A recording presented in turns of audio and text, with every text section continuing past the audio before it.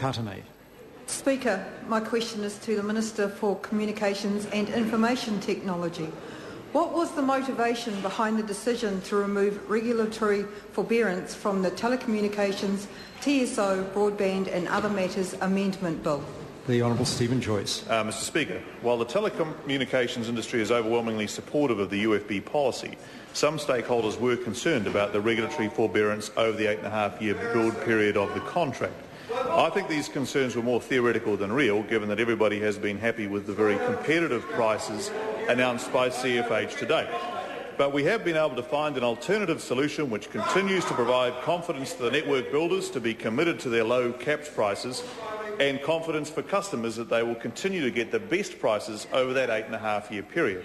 I thank the Māori Party for their assistance in developing this change. Rahui Katene.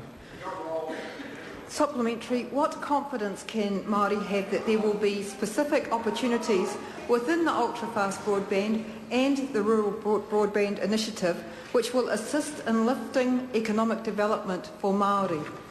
The Honourable Stephen Joyce. Mr Speaker, a lot of confidence. The prime motivation for Crown involvement in the ultra-fast broadband development is economic growth.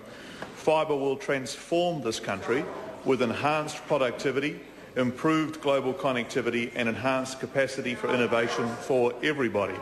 In particular for Māori, the Minister for Māori Affairs and I have developed Ngā Pū Waia to assist the government on Māori interests and development opportunities in broadband and work to ensure that Māori communities as well as Māori health and social service providers benefit from the rollout of broadband wherever they live.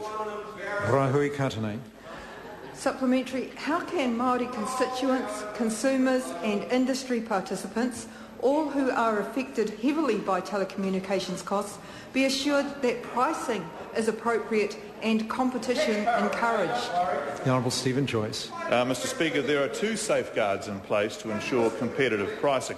Firstly, by prescribing for a wholesale-only open access network, we will ensure the maximum competition at the retail level. As mentioned in answer to the primary question, everybody has been happy with the very competitive wholesale price caps announced by CFH to date. Secondly, the Commerce Commission retains its ability to investigate and recommend regulation should anti-competitive behaviour emerge. Question of the Honourable Parakura Haramia. Mr Speaker, to the Minister, has the government agreed to any further spectrum for Māori as part of this arrangement? A lot more than you. The Honourable Stephen Joyce. Mr Speaker, no, nothing about spectrum has been considered in the ultra-fast broadband initiative. Question number 8.